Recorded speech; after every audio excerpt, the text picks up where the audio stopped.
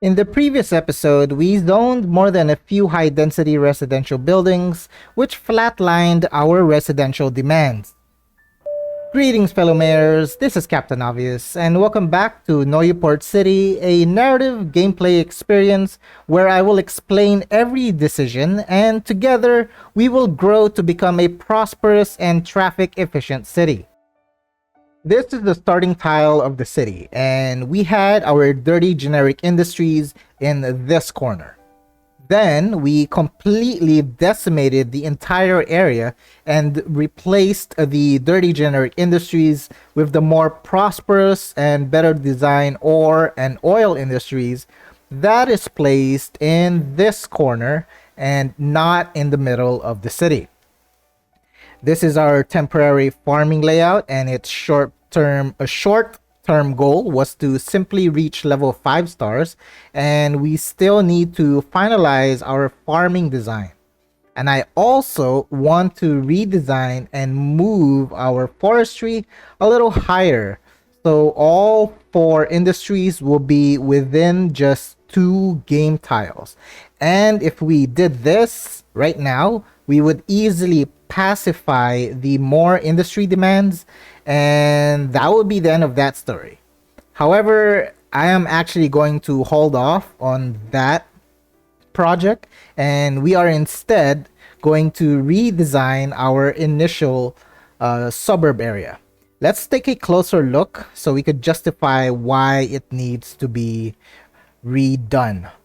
So take a look at that. We got mixed buildings here. We got these residential buildings that simply does not match with the modern commercial areas or commercial structures. And since this was the beginning of the city, we weren't able to flatten or smooth out the area. So we have these tiny lumps that I'm just not a fan of. So what I am going to do is to completely redo this area from the ground up. But before we start, let's put a marker on our current state of the game. We are at 35,000 population with a traffic flow of 94%. And we have 55 million in the bank with, well, it was negative, but okay, so we have fluctuating weekly income, which is fine because we have at least 55 million, so we're not going to go bankrupt anytime soon. And lastly, our city stats is it shows that we do not have any alarming death waves, so this is all good. We need to plan ahead by making sure that we have enough highly educated Sims to work in offices, and the city can sure use more schools. So I will plop down the Modern Technology Institute in front of the crossover train station hub, and we also need more elementary and high schools that I will temporarily place here. We will eventually return to finalize the school design, but it is much more important that we plop the schools down early because it takes time for Sims to graduate to the next level. Alright, let's go ahead and move our ploppable buildings, then demolish everything, and finally smooth out the terrain. When we started the city, we didn't have districts available. So districts was available at the Worthy Village, where you have 950 population. This is where it first started. So that means our suburb here had about 1,000 citizens, and we couldn't change its type. But now that we do have the districts available, we will make this into self-sufficient buildings for our residents and make our commercial into local and organic produce, which will not only keep the same building theme, but they would also be the same height, which is important for aesthetic purposes. When expanding to a new area, try to keep in mind where your public transportation will go or may go. In this case, if you look on this side, notice the wide block gap for a train line. And this wide gap also has enough space where you could zone on both sides of the track. Another purpose for having this larger block gap is to provide ample space for more vehicles to be on this side of the road instead of collecting traffic in our collector roads. But it's a little ironic on how I just said that, and we are experiencing some traffic from this bridge. So how do we fix this tiny predicament? And let's do a traffic analysis on how to fix it. So first, notice how the traffic is mostly from the bridge and not so much on this side. So the reason why this is happening is because from this side of the city, or this side of the canal, the only way for vehicles to actually reach this side or this area is by going across this bridge. Yet there is a bridge on this side, but no one would actually travel all the way there just to get here. This is of course the closest route. So this is why we have traffic here. So how do you remedy this? So as I mentioned in previous episodes, I wanted to create a bridge here, and that will be our solution. So instead of everybody taking this, they could actually go here. And if you notice, this bridge is from the top layer, and it also hits the top layer. And my plan is to have somewhat lower level of the bridge so that they could immediately take either the first or second tier of our key areas here, so they don't have to go on top if they don't want to. So if we check where they want to go, so this guy wants to go here. Yeah, so we have a lot of people wanting to take this one. So yeah, anyway, and I also noticed another traffic. Where is that? The other traffic that we have is this one. Yeah, so the bottlenecking is mostly from this side. This is another issue. That is because we destroyed this entire road network, and now this is the only way to get to this collector road. So we will redo this. So for now, we are just going to ignore this traffic. I'm not going to create a temporary bridge here, simply because our traffic flow is will suffice. This will survive until we are able to afford to unlock this tile. So let's go ahead and create our road network. Alright, so let's get started. And when I'm going to create my road, we want to make sure that we have this gap for a train line. That doesn't necessarily mean that we will have a train line here, but it's also nice to be prepared just in case we might do it. And what I'm using is the freeform road tool. I am not looking to make the road completely parallel to the collector road, and it doesn't matter if there's a larger gap. That's completely fine. At least it looks natural. And we're gonna do the same thing with the other side, keeping in mind the gap in between for a possible train line. I say possible because, you know, we're not completely sure if it will manifest. All right, so we will go here.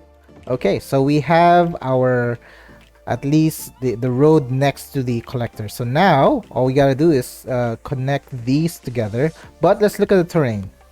So it's slightly sloped, so we gotta keep that in mind. So whenever there's buildings, so for example, if I place this here, it's gonna cause cracks like that, but not too much. Yet it is still visible.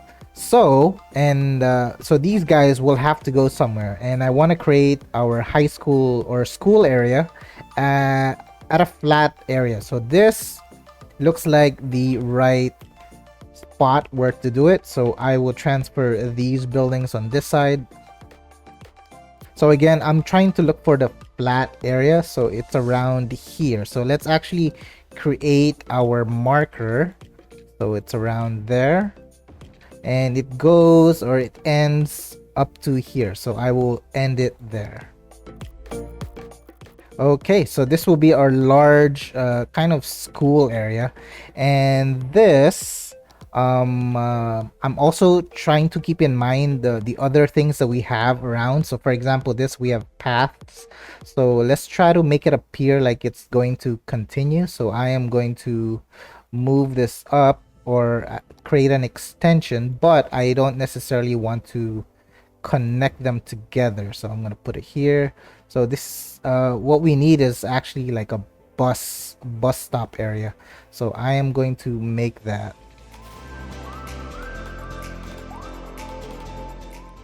Okay, so I added in our kind of fake bus stop.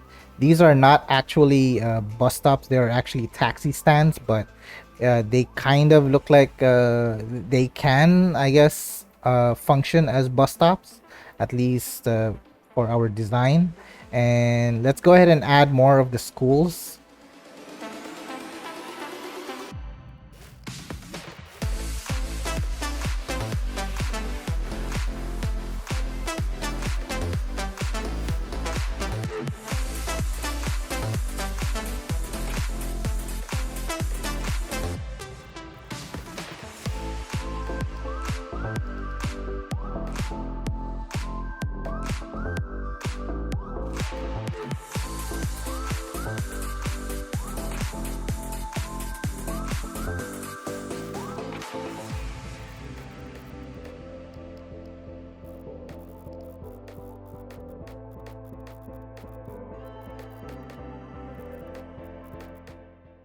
Okay, I see students already attending school here.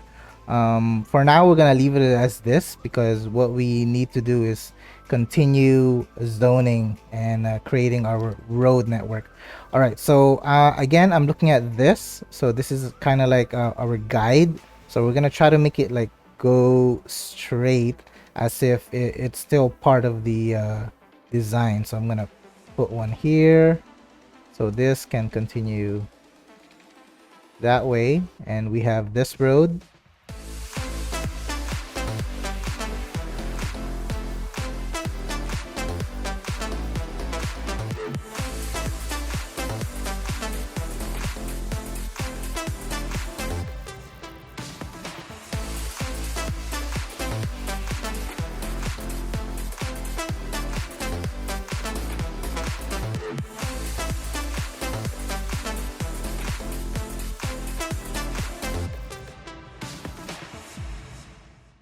Okay, so we have a pretty rough layout of our roads. Let's go ahead and turn off the traffic lights. I mean, these things are not actually necessary. All right, and let's start zoning the necessary things. So I am going to zone in offices on this side of the road within the collector. I never put commercial here because it causes tiny hiccups, which is not something that you want. So instead, we are gonna put offices. But yeah, let's go ahead and do that. Actually, that just reminded me. So since this is going to eventually populate, I'm actually going to think about a future episode, which is the amusement park. And so I am going to start creating our actual amusement park, and what I need is for it to just level up. So I am going to create a new area here. So this is just to help level up the park even though we don't have it fully established. So what I'm simply going to do is create a gate right here. This may not be a popular technique for other players, but for me it's a way to save time. Space already occupied. Why? All right, I guess we're gonna have to use Anarchy for that because that is so annoying. We'll put one here, and then we'll put a small gate on the other side, and then we're just gonna bridge it together. So I'm gonna put it right here, and then we're just going to bridge this. So all it does is it's going to invite people, or actually, yeah, we just need people to cross basically. So yeah, don't mind that it's not going to look great, but it will serve its purpose, and that is for the park to level up. Delete this. This is not necessary. Okay, so people are gonna start crossing, and that would help. So we only have this. So we need entertainment value, and we need visitors. So I am actually going to start like building it here. Our amusement park is planned to be in this area, so I am just going to create a temporary location right here for all our parks. Make sure it's grounded. And what's going on? Why can't I click on it? Let's see. If I click on this, all right, so we need 250 entertainment. Okay.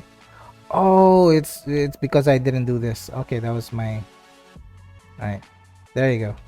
Now they are connected together, so it's one. Okay, it's going up, so we just need to add more.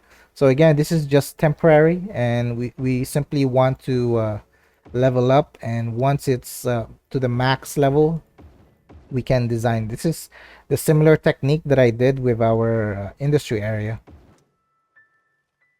Okay, so now we have more than enough entertainment. We just need more people crossing. So for now, we only have 6 people crossing, which is bad. So we don't really care about electricity or any of that. As long as it has its requirements, then it should work. All right, let's go ahead and continue zoning, and eventually this will populate, or this will eventually level up. I prefer to do selective zoning at different dimensions and leave tiny gaps between buildings. The gaps can be used for pathways or aligning a fence with trees along the road, which improves the overall aesthetic when in first-person view. Also, as much as possible, I try to catch the offices while they are at the lowest level, which is also most likely the lowest height of the building. I would set the building on historical by clicking on the building, then in the lower right of the pop-up, click on the historical radio button. With the building set on historical, the structure will continue to level up, but its current building model will remain the same, and I intentionally want to keep these buildings on their lowest structure height. I am simply trying to create an overall aesthetic and make the unique and monument buildings to be the focal point of the city, instead of every building competing for attention on whoever is tallest. Regarding zoning type and where to zone, on the closest zonable road on both sides of the collector road, I would zone as commercial, because at any point during the game, I may choose to add a train station on one side of the collector road, which the noise pollution will reach to the other side of the collector road. But since both sides are zoned with commercial, the additional noise pollution from the train station would not matter. So we are basically thinking ahead on possible issues as the city grows. Now, within the actual suburb area, I am mixed zoning self-sufficient residential and local and organic produce commercial buildings as dictated by the district type that we set earlier. I could very well zone all of them as residents, but we have more commercial than residential demands, and both zone types have the same theme design, which makes them blend in together much more naturally than our previous setup, where we had traditional residential house designs next to the modern commercial buildings design. Okay, that will take some time to populate, so we cannot start decorating the suburb area with trees. Then the trees would be cancelled as a structure is erected. So for the meantime, we will finally decorate the triangle about. In season 1, it was a no roundabout city, while season 2 had roundabouts, and both cities were over 100,000 population with 90% or above 90% traffic flow. While in this season 4, Noyou Port City, we will try something different by using triangle abouts. In every city that I complete, I always try to set a different goal so I could experiment and learn something new if a certain procedure works or not. So far, We have proven and published on YouTube that you can complete an entire city without roundabouts, tunnels, or management mods such as traffic manager, and still maintain an above 90% traffic flow with at least 100,000 population. Furthermore, you do not have to stick to a grid design, and it is also not necessary to have 81 tiles. But of course, I am not suggesting that players should not use any mods, make tunnels, and whatnot. What I am simply trying to suggest is try not to be reliant on mods without first understanding the vanilla game mechanics. Once you have mastered the game mechanics, your city building and city management will be stress-free, and you can feel confident on adding mods to improve the visuals and process of your city building. If you can combine the mastery of vanilla game mechanics with modding, your city building experience will be delightful. It would be like dancing on a rainbow without a worry in the world.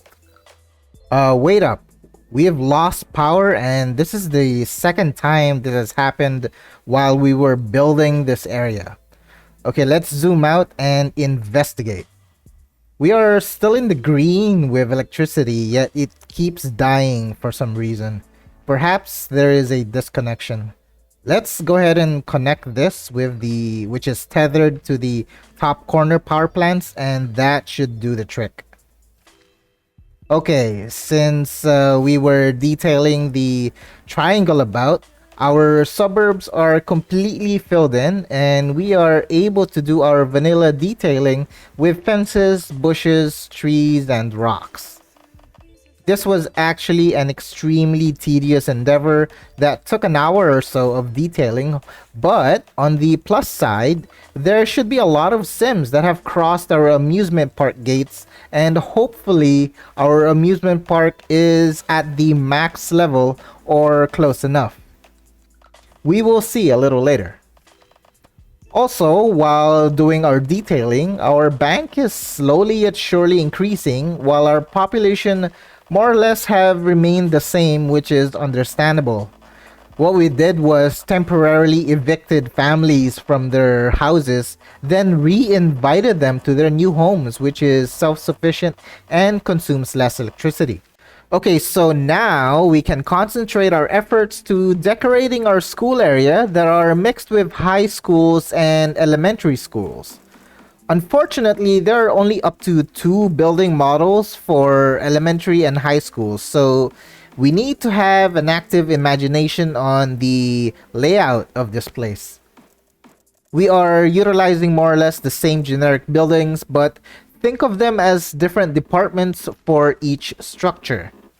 For example, one building can be the math department, and the other the science building, and so on. We can actually add a few more different buildings like a library, but we don't have enough space, so these ideas will be reserved for another area. It's been a hot minute since I've been detailing offline, like adding a statue and a few other fun things to our mixed school. I added a few park items such as gazebos and more outdoor activities for the children. I also spruced up the triangle about with corner fountains, a few hedges, and whatnot. Now let's check out the progress of our amusement park gate. And we have well over 16,000 total visitors who visited the park or who just technically crossed our gate.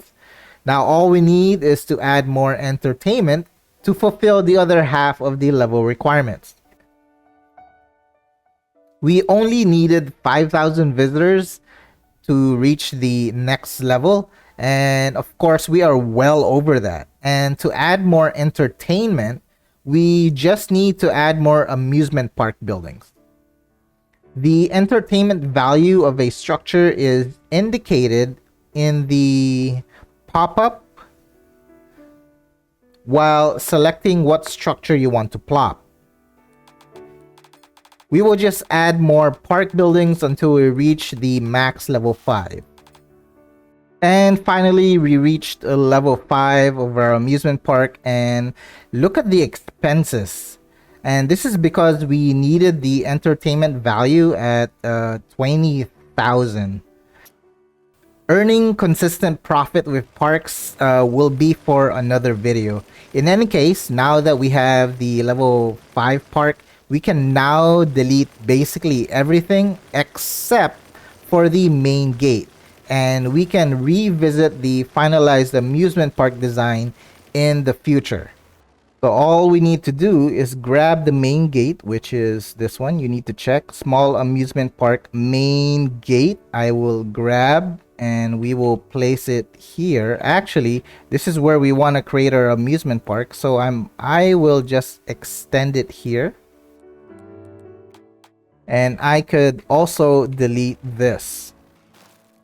And we could remove this, and there we go. We can remove this one. So we know exactly where our amusement park will be designed in the future.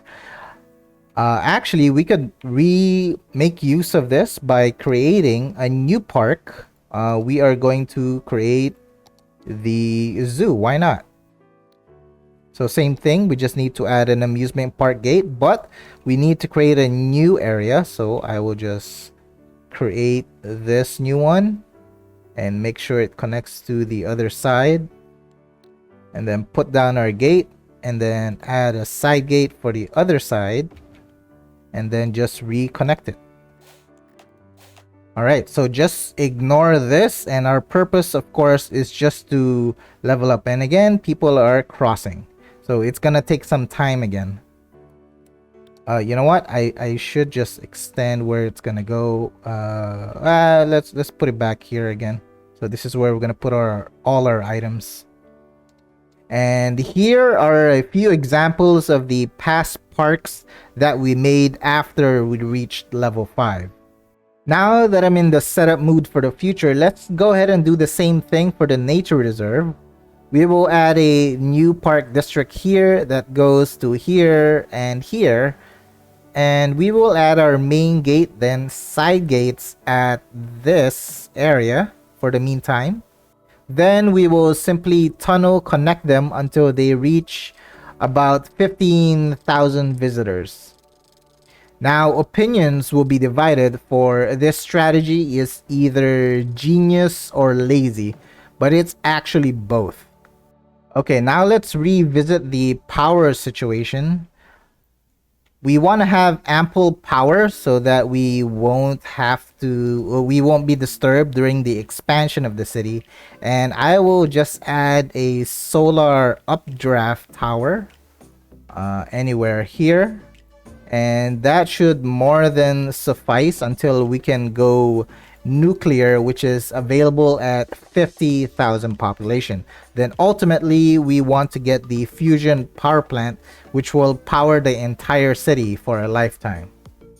Okay, let's look at the water, and it looks like we are nearly running out. So I will just simply activate our treatment plants, and that should be enough. And for the water, I will just add a few more water towers in our forestry area. So in my cities, I do not disturb the oceans and seas and rivers. I keep everything inland, so there are no sewage, no nothing that is disturbing the aqua life. And another thing that I've been meaning to do is to eliminate all the high density residential 2x2 pill buildings that just doesn't match. So I rezoned them as offices, and now they look much better and blend in more naturally with the rest of the area. And to wrap things up, we are ending with a bank of 69 million, sorry. You know, I've been reading things wrong lately. I probably ran out of brain cells from all thinking of all of this. Yes, and our traffic flow is at 94% at 36,000 population. And when we look at the city graph, this is when this down dip is when we demolished the residential and then rebuilt them, and now it appears that we have recovered and are going steady. Okay, let's take a tour of our detailing and see the difference. Notice on the left side we have gaps between buildings, while on the right we have side-to-side structures. Now notice the left with side-to-side buildings, while on the right we have a line of trees, bushes, and a fence. And as we proceed forward, on the left it is with open gaps between buildings, and in my opinion the detailing to the right makes the travel much more aesthetically pleasing. And that wraps up today's episode of redesigning our suburb and applying vanilla detailing. If you haven't already, please consider subscribing to the channel to be notified of a new video and see the progress of Noyou Port City. Feel free to comment on what you enjoyed about the video, and please hit that like button. It lets the YouTube algorithm know that you enjoyed the video, and the likes will help support the channel by recommending to other city skyline mayors who may also find the video appealing and enlightening. This is Captain Obvious. Thank you for watching and for choosing to fly with Obvious Airlines. Have a great day, and I will see you in the next flight.